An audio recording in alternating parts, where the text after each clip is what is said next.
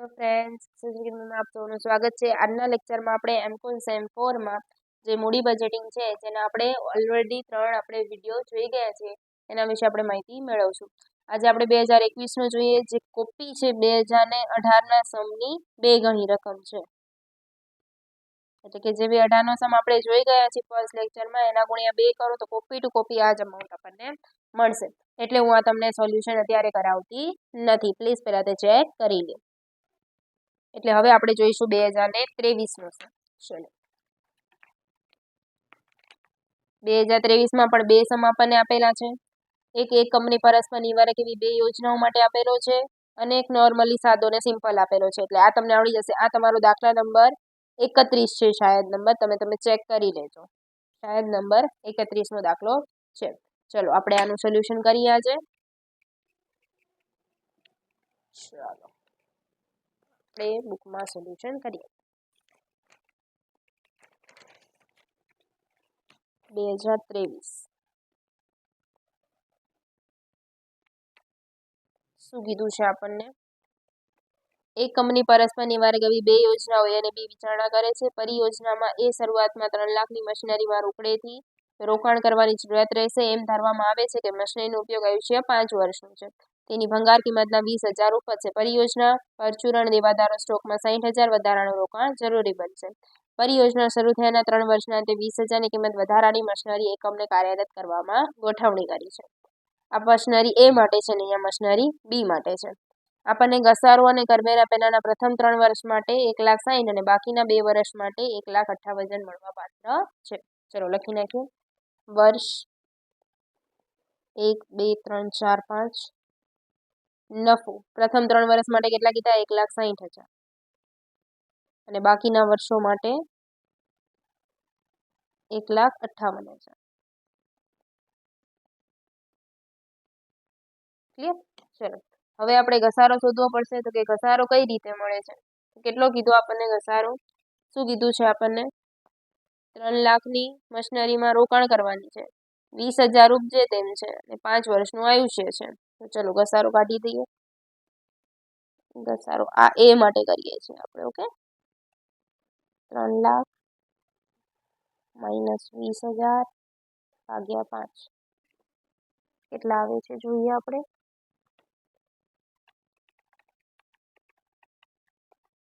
56,000 કેટલા આવશે?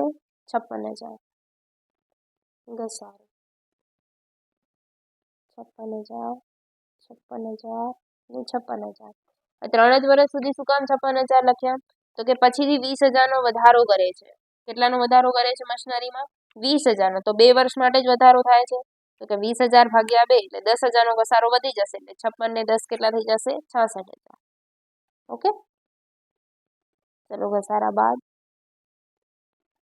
1,60,000 માઇનસ 56,000 એટલે 1,04,000. ત્યારબાદ કરવેરાનો દર કેટલા ટકા કીધો છે આપણને? 50%. કર બાદ મળશે અને અહીંયા રોકડ પ્રવાહ આપણે વર્તમાન મૂલ્ય નીચે શોધી લઈશું. ચલો એના 50% એટલે 52,000. તો 52,000 ને અહીંયા પણ 52,000 જ આવશે. 52,000 ને પ્લસ 56,000 એટલે 1,08,000. ઓકે ચલો અહીંયા પણ કેટલો આવશે? સેમ જ આવશે કેમ કે 3 વર્ષ માટે સેમ જ છે. અહીંયા હું એક જ વખત બંનેમાં લખું છું. તમે બંને લખત કેમ કે 50-50% છે એટલે સેમ જ આવશે. ચાલો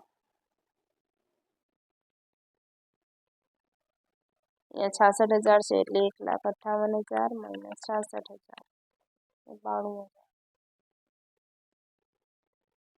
ના 50% એ 46,000. ચલો પ્લસ 66,000 1,12,000.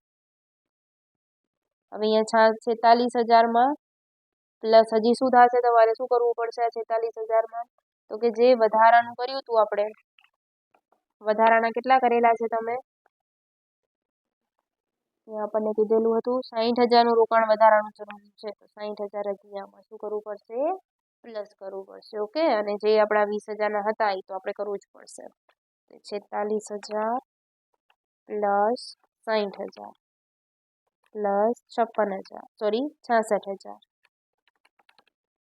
એટલે કેટલા આવશે 1,72,000 અને પ્લસ હજી આપણી ભંગાર કિંમત પ્લસ 20,000 1,92,000 આવશે કેટલા આવશે 1,92,000 ક્લિયર ચલો આ રોકડ પ્રવાહને પાછું અહીંયા લખી નાખું રોકડ પ્રવાહ 1,08,000 1,08,000 1,08,000 1,12,000 1,92,000 દર આપણને 15% દરે કીધું છે 0.870 0.756 0.658 0.572 અને 0.457 ક્લિયર ચલો હવે વર્તમાન મૂલ્ય શોધીએ વર્તમાન મૂલ્ય તો હું ડાયરેક્ટ જ ગણતી જાઉં છું તમે નોટ કરી લેજો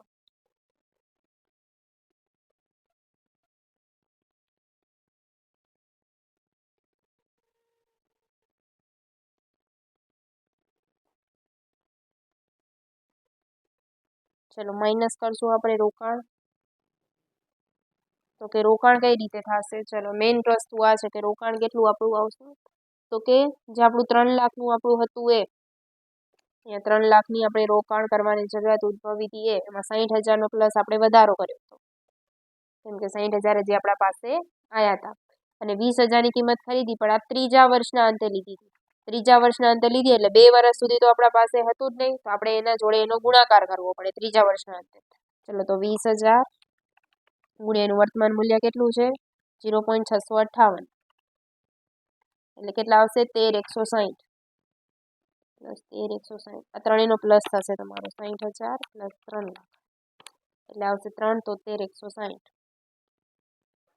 માઇનસ 40,160 એટલે 33,000 કેટલું મળશે 33,000 તમને મળશે એ માટે ક્લિયર છે હવે આ જ વસ્તુ આપણે બી માટે કરીએ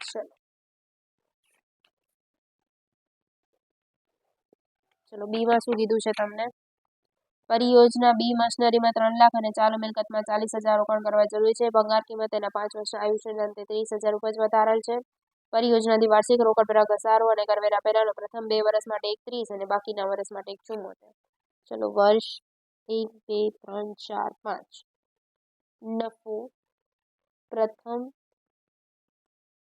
1,30 1,30 ને બાકીના માટે 1,74 ક્લિયર હવે ઘસારો તો કે ઘસારો આવશે 3 લાખ પ્લસ 40,000 માઇનસ 30,000 ભાગ્યા 5 ચલો એટલે 3,40,000 માઇનસ 30,000 ભાગ્યા 5 એટલે કેટલું આવશે 62,000 સોરી આ તો ચાલુ મિલકત છે એટલે આની હવે વધારો હોય તો આવે 3 લાખ માઇનસ 30,000 ભાગ્યા 5 54,000 ઓકે ચલો લખી નાખીએ ઘસારો 54,000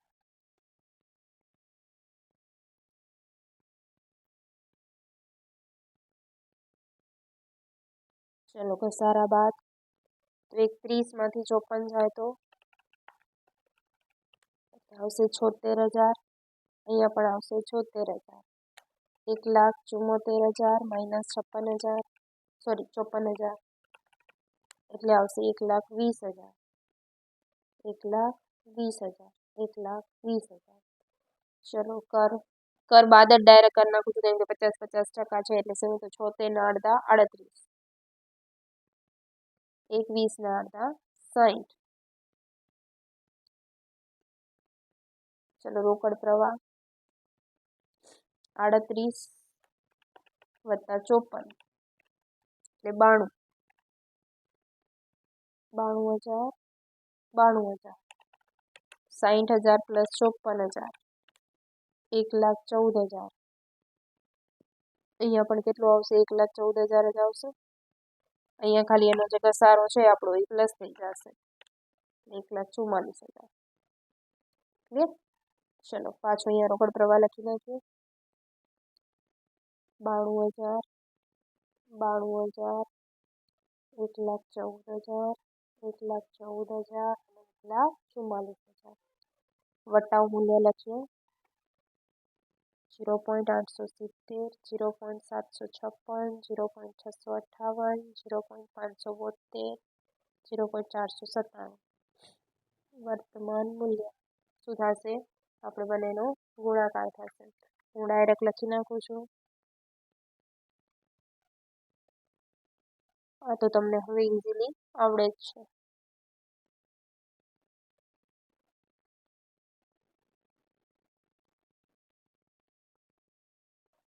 ચાલો